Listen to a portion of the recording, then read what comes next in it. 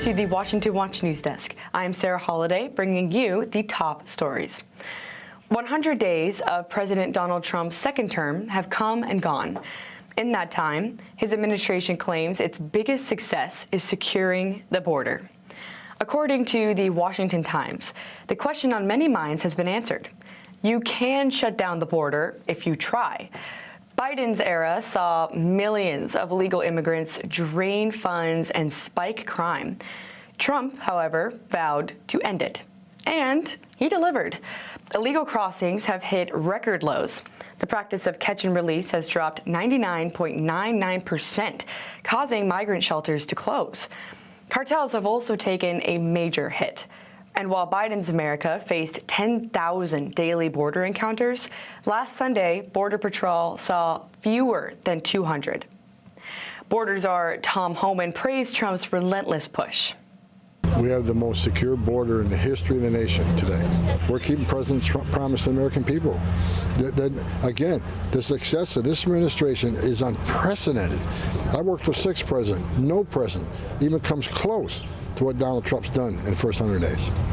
As Homan later noted, a secure border puts smiles on American faces. Now, from secure borders to global chaos, North Korea has officially gone public with its support of Russia's war in Ukraine. The country's state media announced Monday that nearly 12,000 North Korean soldiers helped Russia invade the Kursk region in Ukraine. Russian President Vladimir Putin also confirmed this. North Korean dictator Kim Jong-un said his troops embodied heroism and bravery. For most of its existence, Breitbart noted, North Korea has relied heavily on China for military and economic support. Now they appear to have increasingly close ties with Russia. North Korea propaganda arm vaguely called the mission adventurous, but so far they've dodged details on the extent of their role. Under a mutual defense agreement, the Kremlin said that Russia would support North Korean military operations if asked. This chilling defense pact should make the world uneasy. Now for domestic news. The University of Pennsylvania has been accused of violating Title IX. UPenn is where the drama surrounding the transgender identifying swimmer Leah Thomas took place. But on Monday, the Department of Education officially ruled that allowing men to compete against women violates Title IX. Additionally, the department demanded that UPenn restore awards, titles, and records to the actual female athletes and send them apology letters. Acting Assistant Secretary for Civil Rights Craig Traynor released this statement. UPenn has a choice to make. Do the right thing for its female students and come into full compliance with Title IX immediately, or continue to advance an extremist political project that violates federal anti-discrimination law and puts UPenn's federal funding at risk. This comes after Trump already paused $175 million in the university's funding. As Traynor emphasized, the Trump administration will not tolerate men dominating female private spaces or competitions. The school has 10 days to act. But fairness in sports is not the only cultural debate to score victories. With Pride Month around the corner, LGBT activists across the U.S. are reeling as more corporate sponsors call it quits on June celebrations. Major brands have already backed away from rainbow politics, but now major corporations like Comcast, Bud Light, and Meta have also withdrawn support. Both San Francisco and the Twin Cities Pride are down a collective $400,000. And if this apparent pride exodus isn't enough for a political shakeup, Canada is also seeing some unique developments. The Liberal Party's Mark Carney has officially won the Canadian election over Conservative opponent Pierre Poilievre. And so, while Justin Trudeau's decade-long run as Canada's Prime Minister is over, the Liberal influence lives on. And those are today's headlines. I'm Sarah Holliday. Up next is Washington Watch with guest host Jody Heiss. We'll see you tomorrow with more news.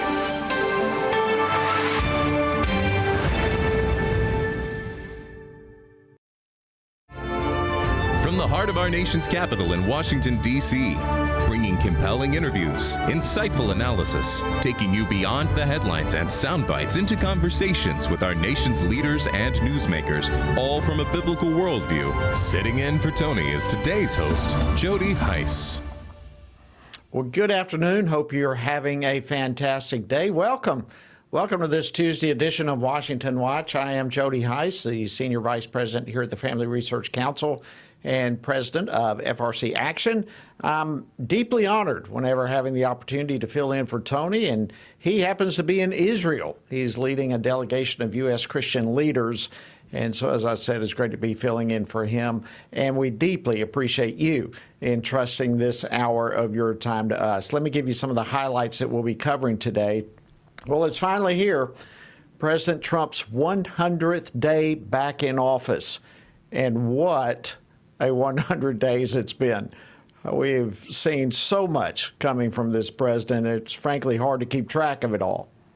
President Donald Trump has been working nonstop at a feverish pace to deliver results for the American people. I don't think we've seen a president in 100 days get more things accomplished, follow through on more promises to get this country back on track. And we're only 100 days in. Yeah, well, he's right. We're only 100 days in. That was House Majority Leader Steve Scalise earlier this morning. And really, it's not easy to keep track of all that President Trump has done during these first 100 days. But we'll take a look at some of the promises that he's made and the promises he's kept when I'm joined by FRC Action's Matt Carpenter just a little bit later in the program. And today, as part of its week-long celebration of the president's 100 days, the White House highlighted the investments he's made in America through his economic agenda. At this point, President Trump has secured more investments in the United States of America in 100 days than Joe Biden did in 4 years. President Trump is America's businessman in chief. Under President Trump, there has never been a better time to invest in America.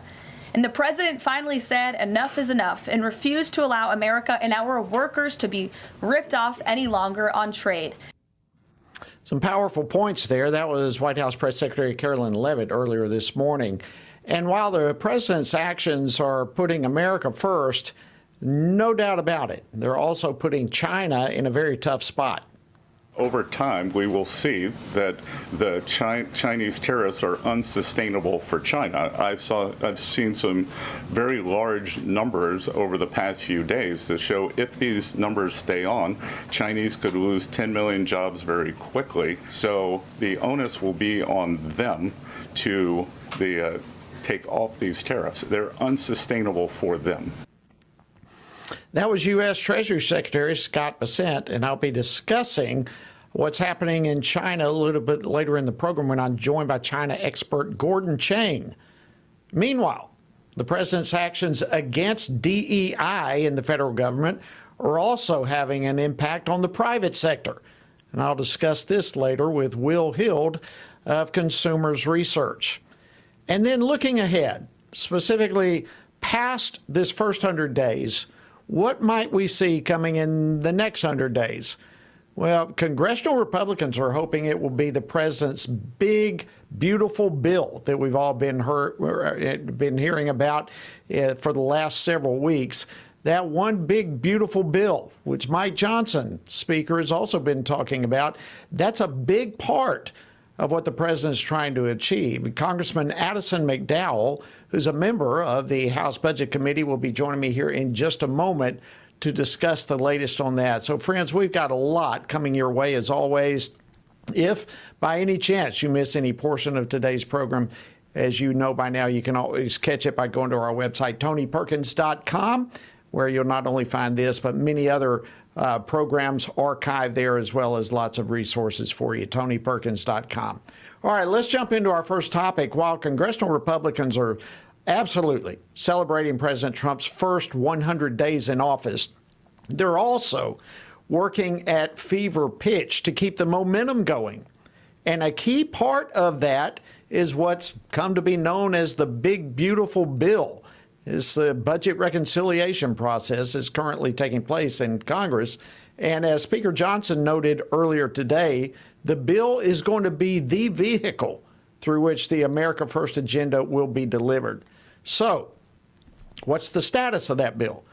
And how are congressional Republicans coming alongside the administration to make sure this gets across the finish line? Well, here to discuss this is freshman Congressman Addison McDowell, who serves on 3 committees, including the all-important Budget Committee. He represents the 6th Congressional District of North Carolina. Congressman McDowell, welcome to Washington Watch, and welcome to Congress. Well, thank you so much. It's great to be with you today. Well, it's our pleasure to have you. Listen, you're a freshman, and before we jump into the reconciliation bill, I'd like for you to just share a little bit of our audience about you, a little bit about yourself and your journey to Congress. I know you spoke on the House floor today regarding the National Fentanyl Awareness Day, and I know that's a very important issue to you. Yeah. Tell us a little about that. Well, yeah. So my story, the kind of the reason that I'm in politics and the reason that I ran for Congress is a story that is not uncommon to many Americans. I lost my younger brother, Luke, to a fentanyl poisoning in 2016. He was 20 years old, and his life was cut short by poison that was being manufactured in China and smuggled up through our southern border. And so I felt the effects of that tragic loss of my younger brother, and it led me to public service. And so I was able to speak about that today on the floor of the House, which is such an incredible honor.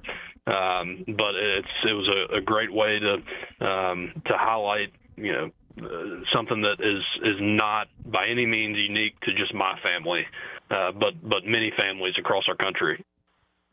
Well, it's certainly not unique, Congressman, but it is deeply personal. And what an incredible story, how God used that to bring you to where you are now and standing in behalf of millions of other families dealing with the same poison problem. If I can, let's turn and talk a little bit about the reconciliation bill, just because our time is going to slip away. What's the current state of this bill? How's the House and the Senate between the two handling it? Yeah, well, so we're right now this week, we're beginning the reconciliation process. And so we're meeting in committees that are identifying different cost-saving measures that we can find so that we can pay for middle-class tax cuts. That is the key here. We're looking for savings so that we can deliver the America First agenda. And reconciliation it's going to secure the border. It's going to unleash American energy. It's that drill, baby, drill that the president talked about. And this is real savings for real Americans, that we're rooting out this waste, fraud, and abuse that we've heard so much about. But we're protecting the president's mandate. The American people spoke loud and clear that they wanted to restore sanity to Washington, and that is exactly what this bill does. Yeah, it's amazing, and I don't think people really understand. It's a complicated thing. The whole process for a reconciliation bill is complicated, but it really is a vehicle by which the entire agenda is able to ride. And yet there's some bickering, obviously, back and forth. What are some of the hang-ups that need to be dealt with as this thing tries to get across the finish line? Sure. Well, I mean, they're mostly technical, and our conference is having the debate right now about, okay, how do we go about doing something? Do we do it this way or do we do it that way? And the thing that we want, all of us, I believe, is the most conservative, agenda, America First agenda bill we can get, that we can get 218 votes for. That's the most that we can hope for. And so, while the process may be different in the Senate or the process may be different in the House, I think we're aligned in that we want a conservative outcome here. And so there are certainly lively discussions and debates amongst Republicans in Congress, but at the end of the day, it's easy to lose sight of the fact that the main things here is secure the border and prevent a massive tax increase on the middle class that the Democrats have all voted for multiple times now. Wow. So with all the hang-ups, the debates, the deliberations underway, are you seeing any progress? Do you feel good that this is going to make it to the end goal? Absolutely, 100%. I mean, I think you look at the leadership team right now, they've been doubted every single step of the way that we could deliver on tough votes, that we didn't have a crazy margin that we could work with. And we've stuck together. We've done that. Now, I will say this about our speaker. I know that you and I both are men of faith. I think it's really good that we have a speaker that is on his hands and knees praying a lot, because he's going to need it. Because this is going to be tough. But we didn't sign up for something easy, and so I think we're going to get this done, no matter how hard it is. But I think we'll get it done. And having that knowledge of the genuineness of our speaker's relationship with the Lord, it gives tremendous peace and assurance going through this process. Any idea how long you think the budget reconciliation bill will take to pass? It's hard to say. I think it'll certainly. It looks like it'll be done by our August recess, but it's hard to say when exactly it will be done, and we can't control the Senate. So the Senate is a different ballgame completely, right. And so we're just going to have to see. Well, it is. Senate's always been.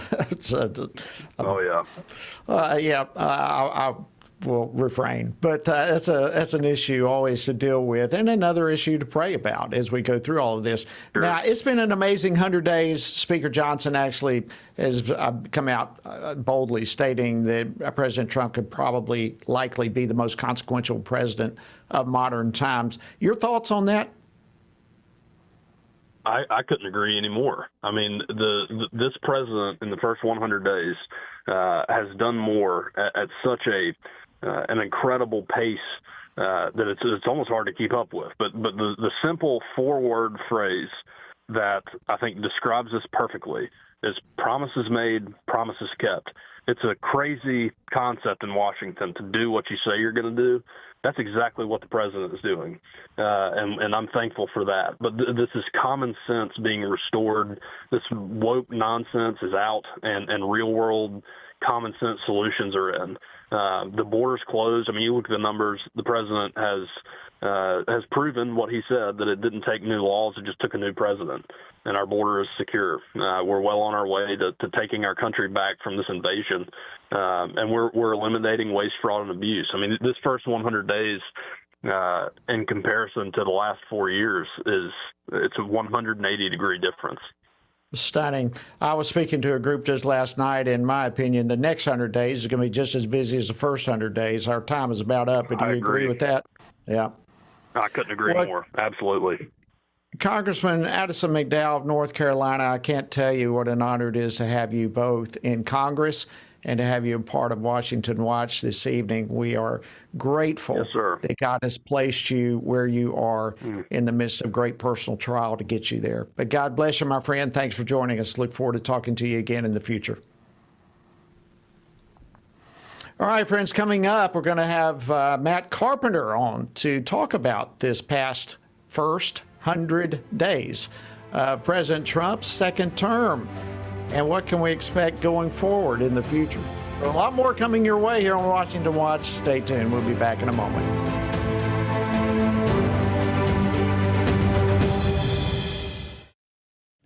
At Family Research Council, we believe religious freedom is a fundamental human right that all governments must protect. That's why FRC President Tony Perkins went to Capitol Hill to testify on behalf of persecuted Christians in Nigeria. Islamist terror groups target Christians and other religious minorities in Nigeria with brutal violence. Representative Chris Smith, who chaired the hearing, said 55,000 people have been killed and 21,000 abducted in the last 5 years alone. The congressman also stressed that 89% of Christians in the world who are martyred are from Nigeria. Yet the government of Nigeria has failed to make progress against religiously motivated persecution of Christians, despite religious freedom being enshrined as an essential human right in their constitution. Tony Perkins called for the United States to send an unmistakable message. This is systematic religious violence. Nigeria must be redesignated a country of particular concern. Biden administration's removal of this designation was a reckless mistake that emboldened the very terrorists who are slaughtering Christians. Redesignating Nigeria will enable the U.S. government to pressure Nigerian leaders to protect vulnerable Christians. These are not just numbers. These are fathers, their mothers, their children, their families. Bishop Wilfred Anagabe risked his life to speak out, sharing firsthand accounts of the danger faced in his church district in central Nigeria. We live in fear because at any point it can be our turn to be killed, but to remain silent is to die twice. So, I have chosen to speak. FRC is calling on President Trump to act now to promote religious freedom around the globe and speak up on behalf of Christians in Nigeria.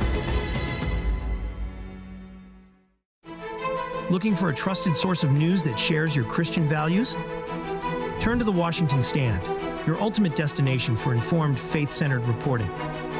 Our dedicated team goes beyond the headlines, delivering stories that matter most to believers. From breaking events to cultural insights, we provide clear, compassionate coverage through a biblical lens. Discover news you can trust at the Washington Stand, where faith and facts meet every day.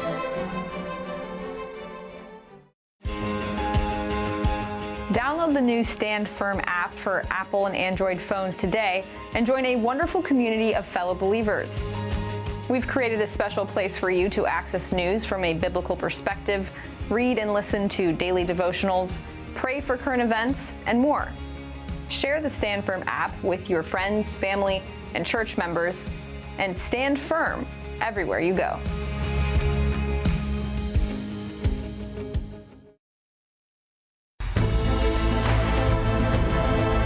Good afternoon. Hope you're having a great day. Welcome back to Washington Watch. I am your host, Jody Heiss, sitting in today for Tony. All right, as we've been discussing today, April 29th, officially marks President Trump's 100th day in office. And as you probably have heard, the White House actually started celebrating this week on Monday, all the accomplishment of the second Trump administration, and they're going to continue celebrating all through the week. And why is this important? Well, historically, a president's first 100 days in office, or in this case, back in office, but that first 100 days acts as a marker.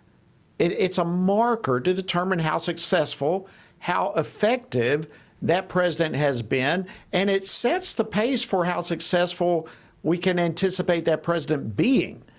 So as we look at these 100 days, it's a significant milestone. And the question, how successful has President Trump fared so far in his second term?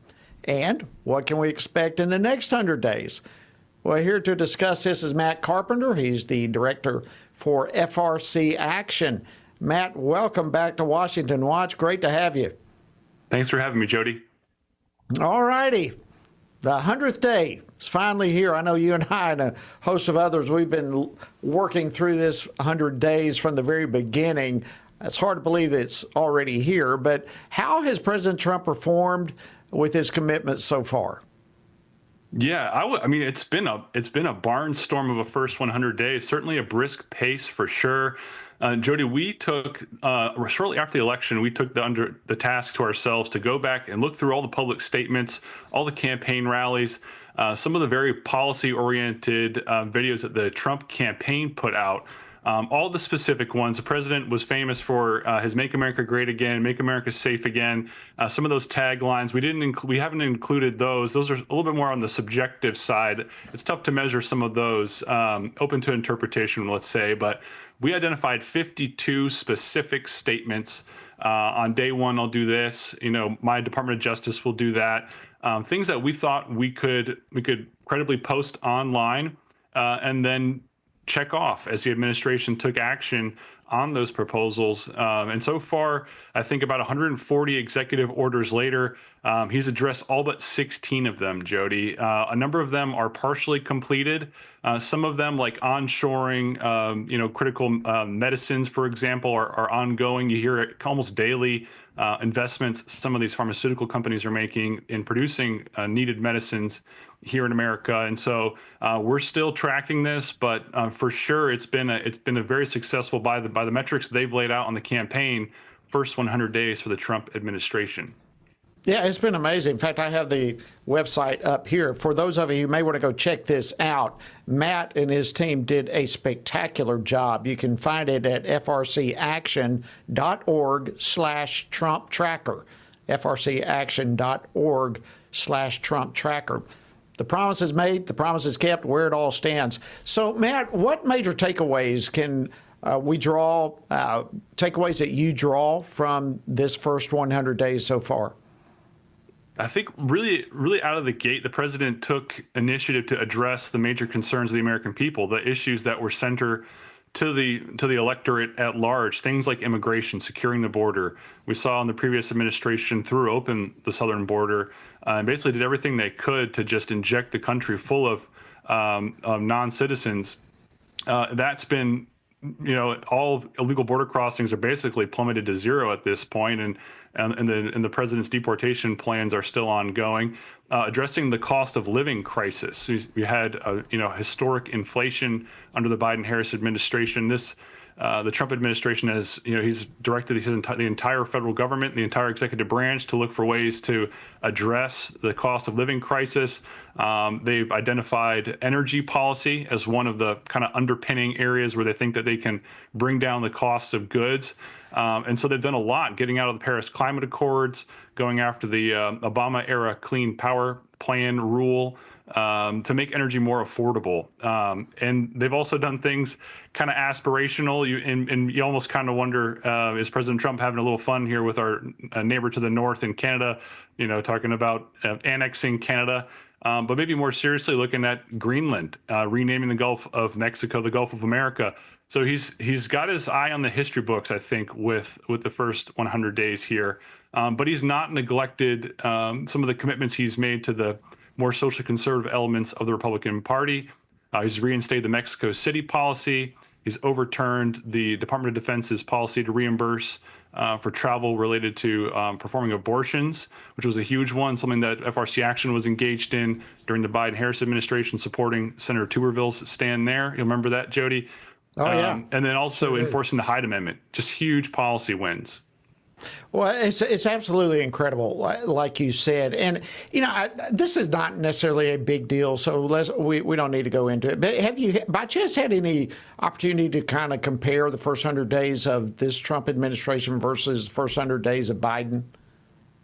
It did, Jody. I went back and looked, and I hate to bring us all back to the COVID era, but the major focus of the Biden administration those first 100 days were things like mask mandates and vaccine mandates and just folding the LGBT agenda into every nook and cranny of the federal government and promoting so-called gender-affirming care to minors and throwing open the southern border as well. So it's just been, the Trump administration is almost like an immune reaction to the to the cancers of the Biden-Harris administration in some ways. It's just this reaction, this 180 from those policies, and a pure repudiation from the American people. Less than a minute to go here, Matt. Real quickly, what do you anticipate in the next 100 days? Yeah, I think you and Congressman McDowell covered this well. I think the focus is going to be a lot on this big, beautiful bill, the reconciliation bill. As I understand, there'll be tax reform elements. There'll be some elements related to border enforcement. The president's immigration plans as well will be included there. And then I anticipate there'll be some national defense spending as well. And then we'll probably pivot into posturing for the midterms. That's coming up. We're not even we're not even halfway through 2025, and already 2026 is underway. Unbelievable. Matt Carpenter, Director of FRC Action, thank you so much. A job well done to you and all of your team. Just high five all of them for me. Thank you. And thank you for joining us on Washington Watch. Thanks, Jody. Great to be with you. Thanks.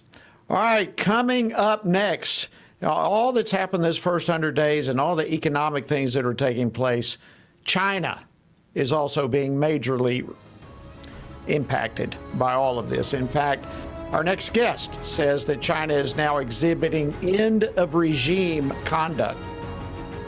Coming back, Gordon Chang will join me. You don't want to miss this. We'll be back in a moment. Everything we do begins as an idea. Before there can be acts of courage, there must be the belief that some things are worth sacrificing for. Before there can be marriage, there is the idea that man should not be alone. Before there was freedom, there was the idea that individuals are created equal. It's true that all ideas have consequences, but we're less aware that all consequences are the fruit of ideas. Before there was murder, there was hate. Before there was a Holocaust, there was the belief by some people that other people are undesirable. Our beliefs determine our behavior, and our beliefs about life's biggest questions determine our worldview. Where did I come from? Who decides what is right and wrong? What happens when I die? Our answers to these questions explain why people see the world so differently. Debates about abortion are really disagreements about where life gets its value. Debates over sexuality and gender and marriage are really disagreements about whether the rules are made by us or for us. What we think of as political debates are often much more than that. They're disagreements about the purpose of our lives and the source of truth.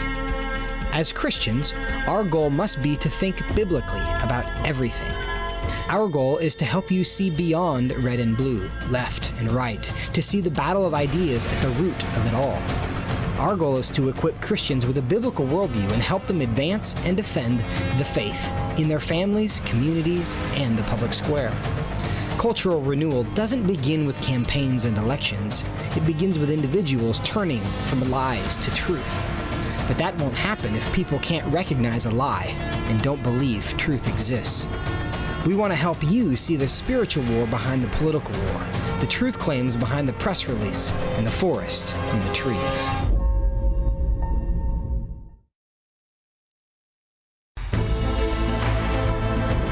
Welcome back. Thank you for joining us today on Washington Watch. I'm Jody Heiss filling in this week for Tony, who is in Israel. All right, in kicking off this week's celebration of President Trump's first 100 days back in office, the White House yesterday highlighted its efforts on border security. Today, it focused on the economy and the investments that President Trump has made in America's future. And while we wait to see how his Liberation Day, that refers to the tariffs, we wait to see how all that's going to play out for America. We might already be seeing how they're impacting America's biggest adversary, that would be China, which continues to try and protect its economy and their image despite evidence to the contrary. So is China and their economy in dire straits? Well, here to discuss this is China expert Gordon Chang. He's a senior fellow at the Gatestone Institute and author of several books, including Plan Red, China's Project to Destroy America. You can find him on X at the handle at Gordon G. Chang. Gordon, welcome back to Washington Watch. Always an honor to have you. It's always an honor to be talking to you, Jody, so thank you. Well, listen, I have seen some of your other interviews. I've seen what you've written, and it's just amazing the insight that you're bringing to the table, how China is being impacted right now. Let's start with them defending what they call free trade by calling for nations to stick together and resist the U.S. tariffs, where you say that their approach to trade is both predatory and criminal. Why is that?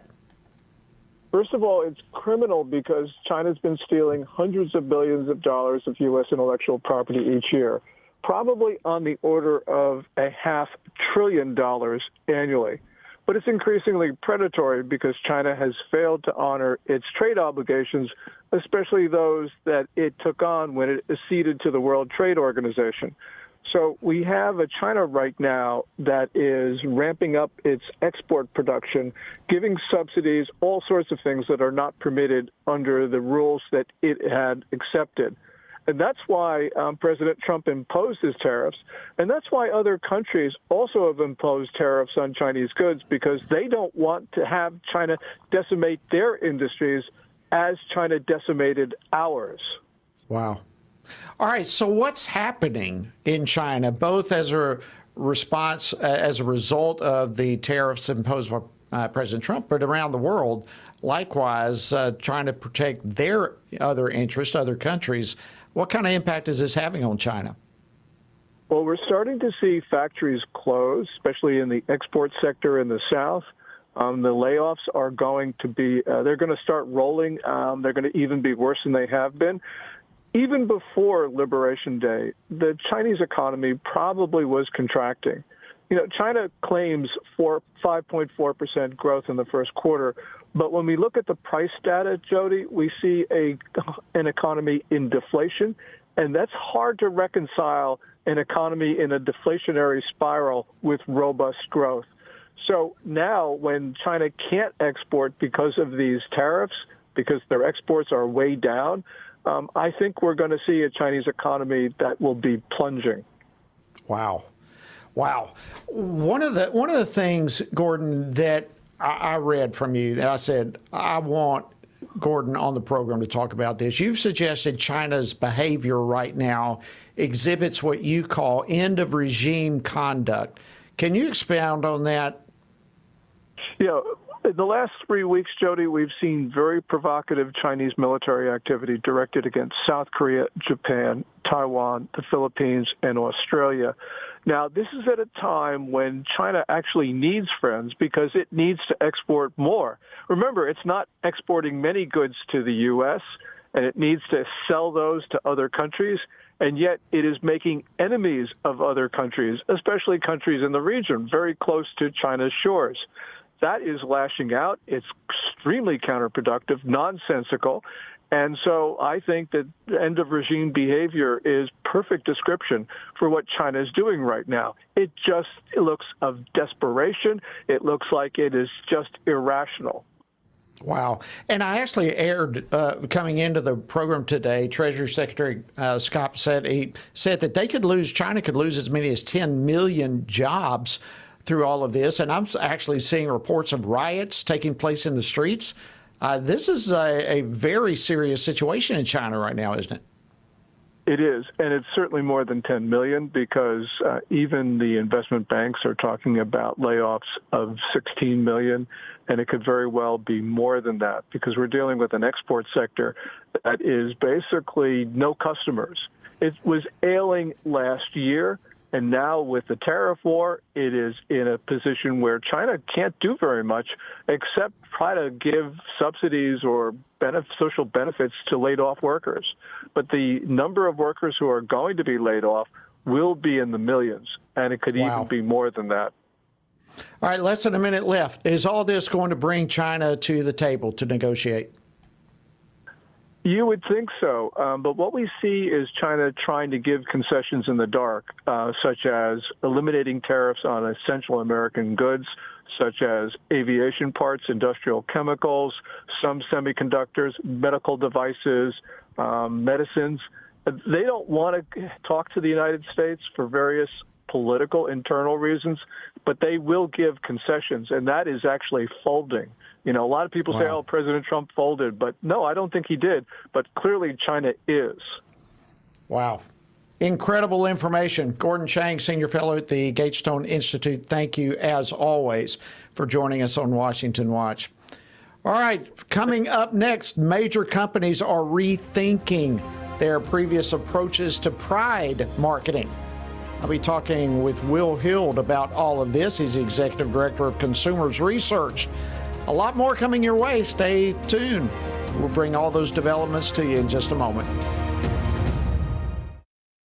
Are you ready to transform your trials into triumphs? Dive into the book of Daniel with FRC's new study guide, Daniel, Visions and Valor. Perfect for those seeking courage and wisdom from one of the Bible's most faithful figures. This 13-day journey is ideal for small groups or individual study as part of our ongoing Stand on the Word Bible reading plan. It's a timeless resource, ready to deepen your engagement with Scripture. Explore how Daniel's life and God-given visions offer a blueprint for navigating challenges. Each day includes scriptures, reflection questions, and space for notes to enhance your understanding and application. Available in digital and physical formats, order your copy of Daniel, Visions and Valor today and start your journey of transformation. To order, text the word Daniel to 67742. That's Daniel to 67742. What is God's role in government? What does the separation of church and state really mean? And how does morality shape a nation? President John Adams said our Constitution was made only for moral and religious people. It is wholly inadequate to the government of any other. Join Family Research Council for God and Government, a powerful 13-part series that equips you with biblical truth to engage in today's most pressing debates. From the Ten Commandments in classrooms to the immigration crisis of America, we'll uncover the foundations of our nation's history and why it's relevant for today. Defend God's plan for government, because faith and freedom were never meant to be separate. New episodes available each Monday. To view the series on the Stand Firm app, text COURSE to 67742. How should Christians think about the thorny issues shaping our culture? How should Christians address deceitful ideas like transgenderism, critical theory, or assisted suicide? How can Christians navigate raising children in a broken culture, the war on gender roles, or rebuilding our once great nation? Outstanding is a podcast from the Washington Stand dedicated to these critical conversations.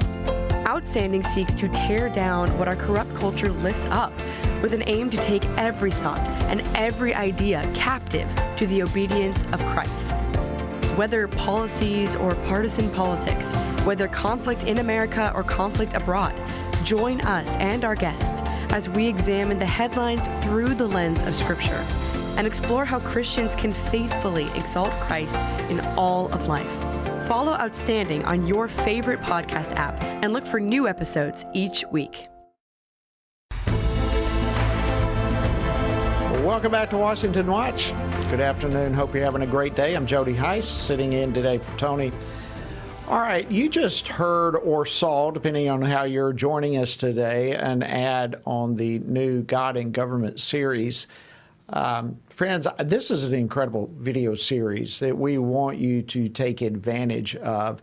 And the release that came out this week deals with a biblical worldview in the midst of a post-Christian culture. I don't know that there is much that could possibly be considered more important for believers right now than to have an understanding as to how to embrace a biblical worldview in the midst of this culture globally in which we're living. And you can access and learn a lot about this important issue, this week's issue. Text the word COURSE to 67742 and take advantage of this God and Government class, this course. It is incredible information. All right, let's move forward into this final segment as we continue to look back on President Trump's first 100 days of his second administration.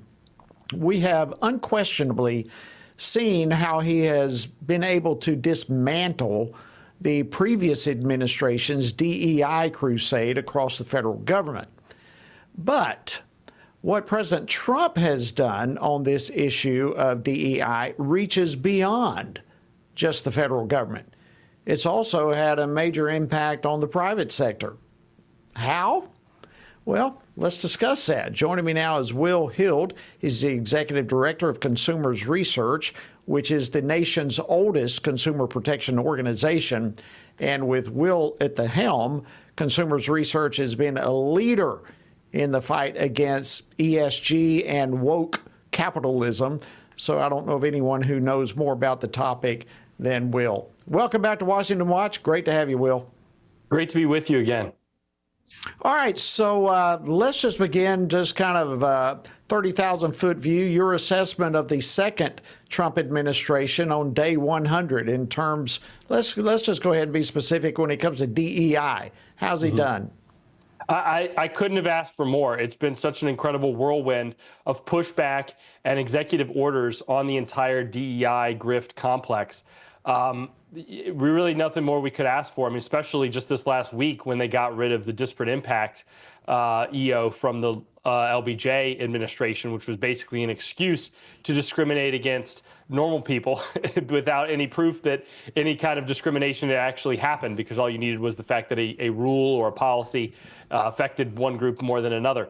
So I think it's been fantastic, and we've seen what this is doing to the federal government. But I'm hopeful over the next 100 days, we're going to start to see this trickle through to the for-profit sector, the corporate sector, because a lot of this was actually driven by government, either threats of suit against companies that didn't have a DEI department or weren't engaging in DEI, or government contracts that required DEI to be going on at the company in order to get federal funds. Yeah, that is what's so impressive to me. His work in this first 100 days, specifically on this issue, is far beyond impacting just the federal government. I mean, we just had the New York City Pride Parade just lose a ton of major sponsors, people like MasterCard, Citi, and PepsiCo, all sorts of companies pulling out from Pride Month and all this kind of stuff, the parade there. Tell us about that. Why are these companies pulling out? Yeah, I think there's a few reasons going on there. First of all, I think that they are increasingly seeing consumer fatigue with the constant shoving of the LGBTQ agenda down people's throats through the corporate sector. They don't get as much credit as they used to get from the left for doing it anyway, and they're getting an increasing amount of heat for doing it from people who just won't want these corporations to engage in politics at all. They find it nauseating. So I think that's part of it. In addition, it's going to take a long time. It's sort of like if you dump a bunch of, if you were to take out a bunch of poison from a pond, it takes a little while for things to return back to the way that they used to be. I think we're going to find out that a lot of this corporate activity, as I alluded to before, was actually being driven by government action, either direct subsidization through programs that required it or encouraged it, or enforcement of Civil Rights Act type statutes that went after corporations if they weren't being seen as properly deferential to these advocacy groups. So I think what you're seeing, from all what I've seen, there actually is huge layoffs going on at Human Rights Council, one of the big activist groups that were pushing this agenda. It suggests that donations are down. They've lost a lot of momentum. So I'm hopeful that this is a combination of consumer fatigue from what we've seen. We've seen a lot of that with the work that we've done, but also an ending to the subsidization and enforcement against companies that don't do it. So it's both. I think you're spot on with that. The people are fatigued with all this stuff being crammed down their throats, but unquestionably the role that the Trump administration has had pushing back against all these things has likewise had an impact. I think that's a good insight. Is there anything else you think that the Trump administration can do to discourage, not just from the federal government, but discourage these big companies from continuing to push the woke ideologies on consumers? Absolutely. And the big thing, we've actually pointed them in some directions for this, but the big thing is that executive order, a lot of people didn't even know about, that Trump put out requesting that each agency that has civil rights enforcement action, so that's almost all of them, because almost all of them have some sort of civil rights department, look for 9 corporations or organizations that are currently discriminating against whites or Christians and go after them for that. Because as we all know, it has become basically commonplace for Christians to be discriminated against in the workplace. I mean, getting involved in Pride Month itself, in my estimation, is a hostile workplace environment infraction for a corporation. Imagine if we were, if MasterCard said that they were going to force every employee to go to trainings or celebrate Easter for an entire month. Imagine the lawsuits that would come out of that. And yet that's what they've been doing every June. So that EO from Trump pointing the agencies to look into, pick 9 organizations or companies and look into that, I'm really looking for follow through on that. I think that's going to be huge. If corporations really start to feel the heat from that, if people like Harmeet Dillon, who now runs the Department of Justice Civil Rights Division, if the inspector generals in the civil rights divisions of even the Department of Education, which has been mainly shut down, but still does have by statute a Department of Civil Rights, if they start going after schools and corporations and medical facilities for this kind of discrimination and DEI behavior, then I think you'll really start to see it's already in retreat, but it's sort of a war of attrition. They're just sort of slowly laying people off. I think you start seeing the lawsuits flying. This stuff will be disavowed. They will be coming to the government saying, how do we just settle? We engaged in this for a decade, but we know it's illegal. How do we get ourselves out of this? So that's really the next step that I'm looking for. And some of the targets that we've gone after, I think, make great candidates. For example, we've gone after the Cleveland Clinic for a rank discrimination against not only their own employees, but also patients. They had set up programs that were only open to people of a certain skin color. And of course, they've been engaging in child sex changes, which is grotesque and, almost you struggle for words to describe that in horrible enough ways. If they were to face legal consequences from the Trump administration, I think that would go a long way to cleaning up our entire society. Wow. All right. So that's encouraging. What about on the consumer side?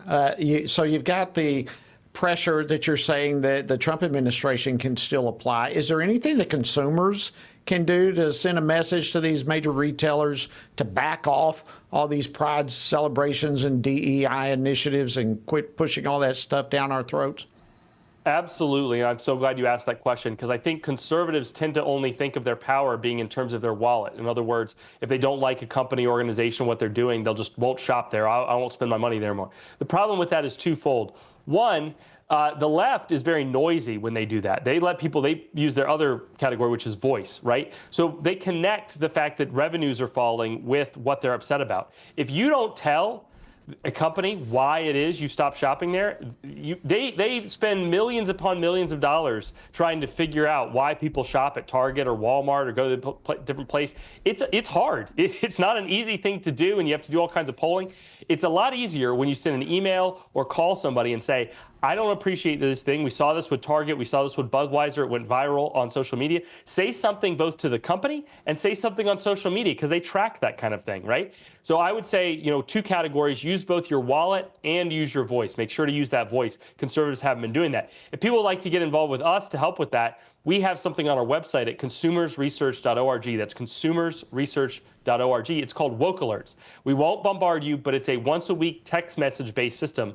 We will text you the woke company of the week, but we won't just get you rattled and angry about all the bad things that are happening.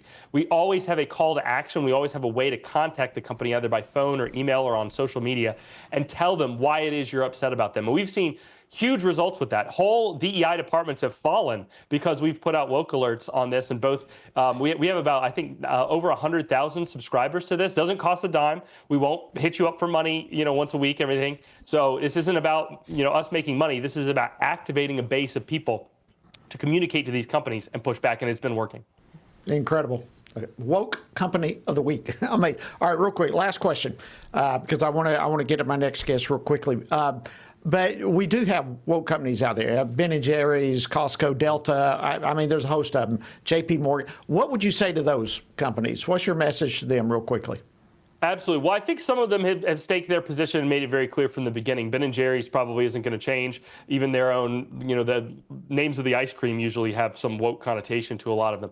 But I think companies like JP Morgan have to be a lot more nervous because, one, they serve a much more diverse politically and socioeconomically consumer base, and they have to be worried about their perception. So pushing back on that is going to be a lot more effective. The other thing they have to worry about is banking is an incredibly regulated industry.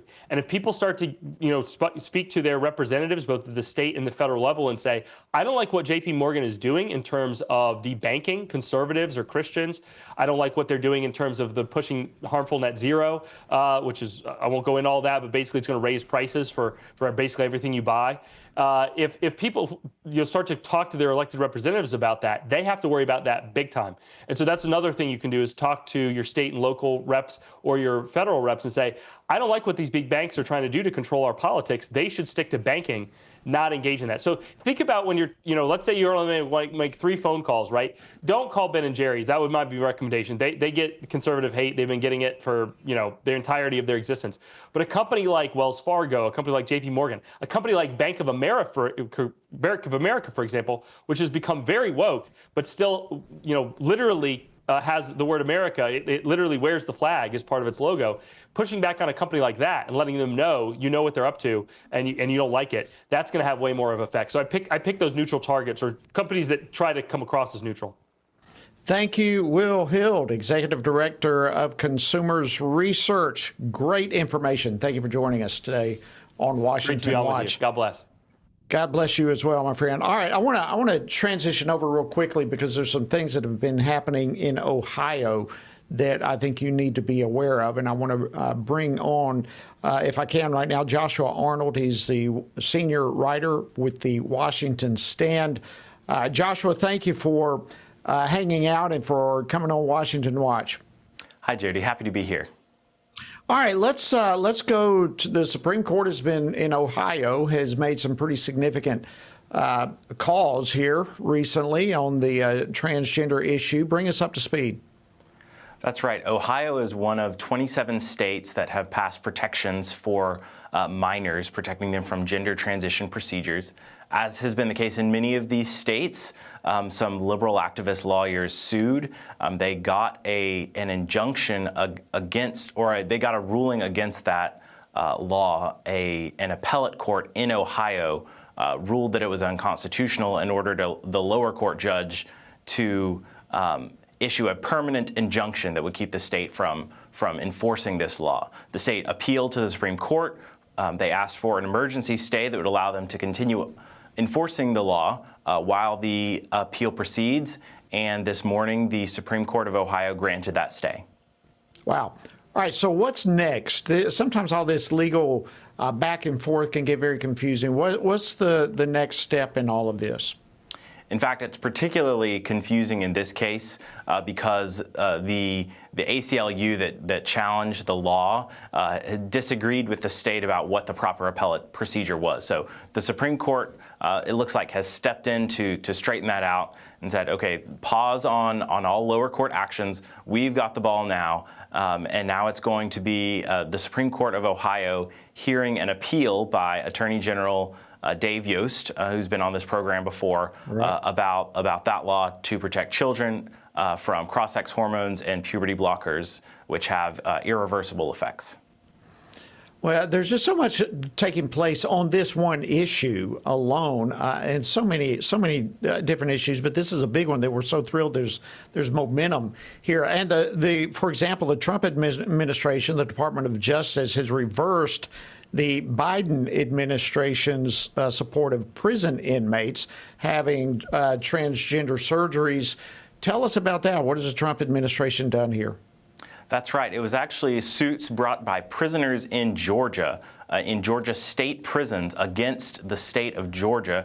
And the Biden administration, Department of Justice, intervened to file what are called statements of interest, claiming that by not allowing these prisoners to get taxpayer-funded gender transition surgeries, the state of Georgia was violating the Americans with Disability Act and the Eighth Amendment, which prohibits cruel and unusual punishments. That's obviously ridiculous. The Trump administration, Department of Justice, its Office of Civil Rights, has now reversed those statements of interest and pointed out that actually no, there's no law that requires taxpayers to pay for gender transition procedures, especially surgeries, for prisoners. And that's going on with a whole sea change there in the Department of Justice that the Trump administration is bringing about. You couldn't have said it any better. The sea change is happening across the board. Joshua Arnold, senior writer at the Washington Stand, thank you so much for this update that is unfolding today. Thanks, in Ohio. Thanks for joining us. All right, friends, that wraps up another edition of Washington Watch. Amazing how fast time flies. But thank you so much for joining us. Keep the torch ablaze, and we'll see you again tomorrow right here on Washington Watch.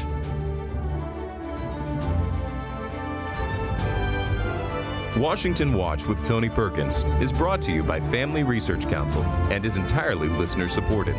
Portions of the show discussing candidates are brought to you by Family Research Council Action. For more information on anything you heard today, or to find out how you can partner with us in our ongoing efforts to promote faith, family, and freedom, visit TonyPerkins.com.